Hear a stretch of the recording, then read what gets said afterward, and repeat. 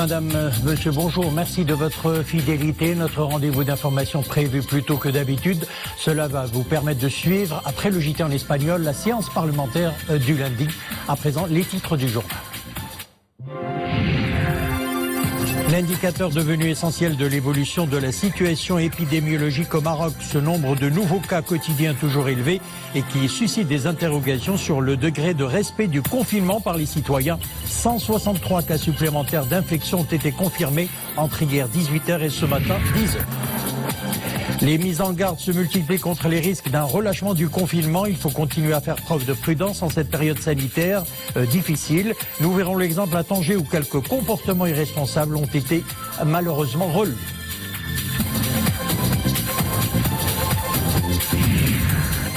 Et puis dans notre série Jardin du Maroc, en tant qu'élément du patrimoine, nous allons aujourd'hui au bord de l'Atlantique, dans la ville de Safi, ville cernée par une ceinture verte de 125 000 hectares.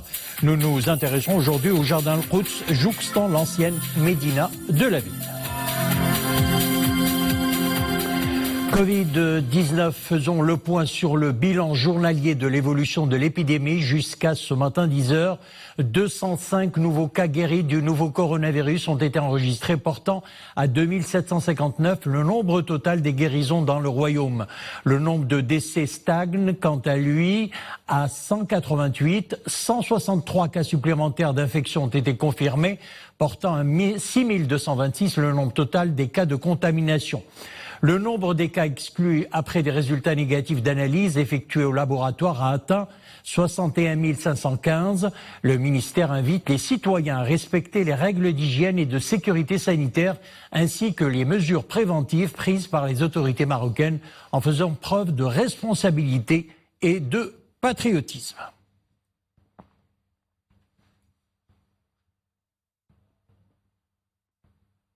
« 163 nouveaux cas ces dernières 18 heures depuis plusieurs jours. Le nombre des nouveaux cas contaminés ne cesse d'augmenter avec des moyennes quotidiennes dépassant les 150 personnes. S'agirait-il d'un certain relâchement dans le confinement?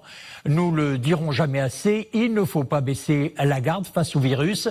Les mises en garde se multiplient, il faut continuer à faire preuve de prudence en cette période sanitaire difficile. Nos caméras continuent de faire le tour des villes. À Tanger, par exemple, quelques comportements irresponsables ont été malheureusement relevés. Le reportage est signé Saïd Najah, Yassine Benjelloul et Oumaïma Rabli. Marché aux poissons de Tanger. Hier matin, ici sont grouillés par groupe. Une affluence anormale en cette période de crise sanitaire. Sur cet espace étroit, flotte comme un air d'incivilité. Des citoyens peu soucieux, paraît-il, des conséquences de cette dangereuse proximité. Les gens viennent tous presque à la même heure. Vers 13h, la situation devient grave. Les règles de distanciation physique et le port de masque ne sont pas respectés. C'est un espace clos où il est difficile de respecter la distanciation quand les gens sont nombreux. Il faut savoir que les marchés sont ouverts dès 9h du matin. Depuis le début de Ramadan, les gens ne respectent plus vraiment le confinement. Cela n'est pas de très bon augure pour la suite. Non-port du masque et irrespect des règles de distanciation. Visiblement, certains minimisent les risques et se préoccupent peu des mesures barrières.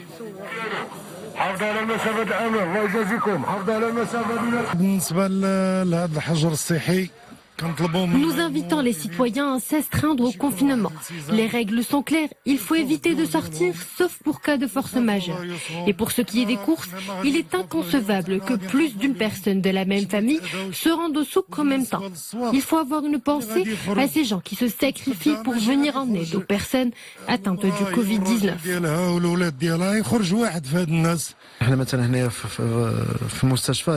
Cela fait 2 mois que nous travaillons d'arrache-pied pour pouvoir traiter et soigner les malades. Nous vivons loin de nos proches et cela nous crève le cœur de voir que quelques-uns de nos concitoyens ne se plient pas au confinement et font preuve d'irresponsabilité.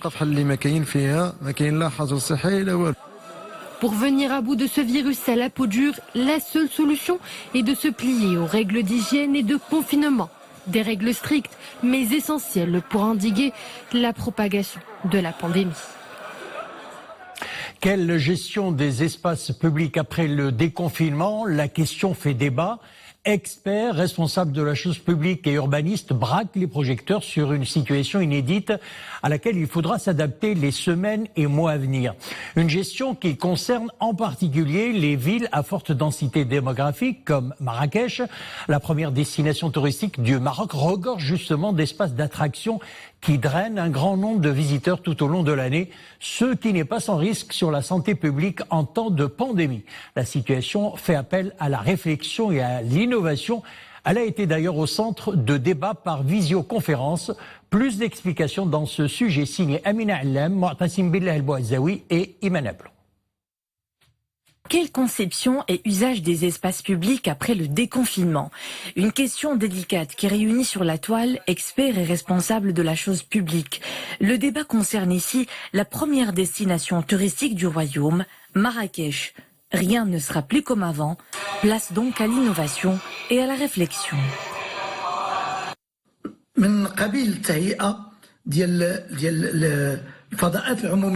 Il s'agit de réaménager les espaces publics et préparer la population aux futurs changements. Nous nous penchons sur 3 principaux enjeux: la protection et la prévention, la relance des activités socio-économiques et l'innovation.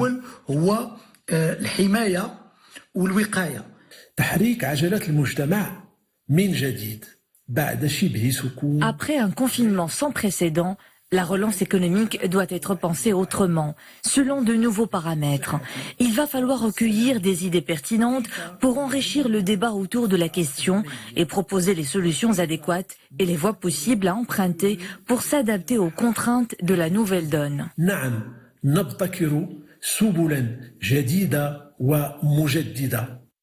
Une transformation inévitable avec laquelle le secteur de l'aménagement et de l'urbanisme doit désormais composer. Des scénarios sont avancés en vue d'accompagner les nouvelles exigences dictées par le Covid-19.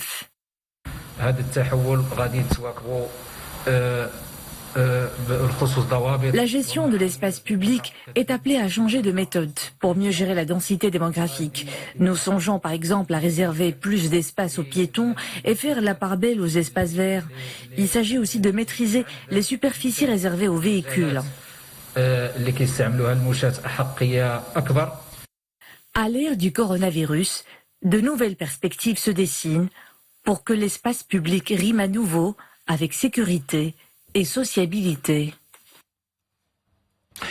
À présent, ce bulletin météo, donc un bulletin d'alerte météorologique. Des averses orageuses localement fortes intéresseront demain plusieurs provinces du royaume de minuit à 10h du matin. Il s'agit de Mdiq, Fnedaq, Chefchaouen, Fahs, Anjra et Ouazen.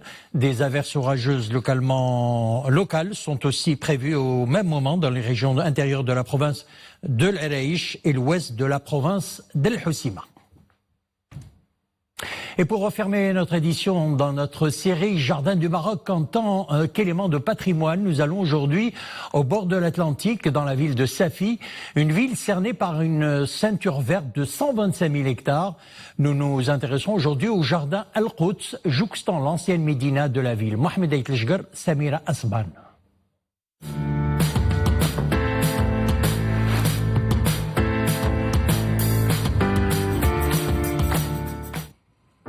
Au pied des murailles de la ville qui donne sur l'Atlantique, le jardin Al-Quds, l'un des plus anciens espaces verts naturels de toute la côte atlantique. Et comme nous sommes aux portes de la cité des potiers, des œuvres en céramique accueillent et guident les pas du visiteur vers l'allée principale et ses fontaines de l'art arabo-mauresque. Et en ces temps de Covid-19, il n'y a pas de visiteurs. Le jardin profite du confinement pour se refaire une bonne santé. Ce jardin historique a porté au fil des années des noms différents.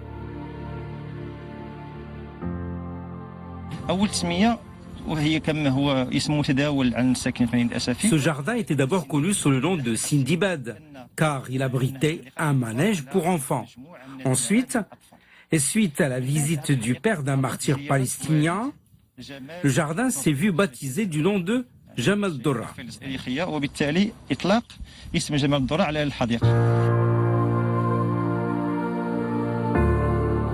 Le jardin Al-Quds de Safi mérite d'être qualifié de jardin botanique, tellement il est riche en espèces représentatives de la biodiversité floristique de toute la région.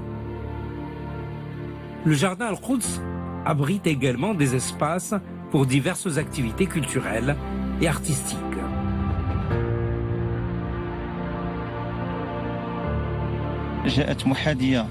Ce jardin est situé à proximité de la Cité des Arts, dont il constitue parfois un prolongement. Grâce à son espace théâtral, à ciel ouvert, le jardin est au cœur de diverses activités organisées au profit des jeunes et des enfants.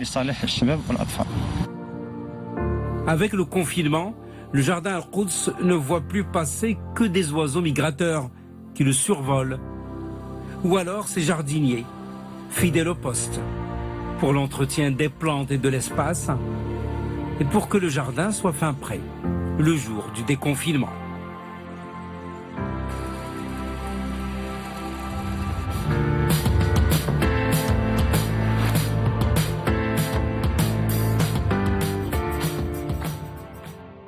C'est la fin de notre édition. Merci de l'avoir suivi. Dans quelques instants, le JT en espagnol vous sera présenté par Nisrine Benrem. Une excellente après-midi. On se retrouve demain.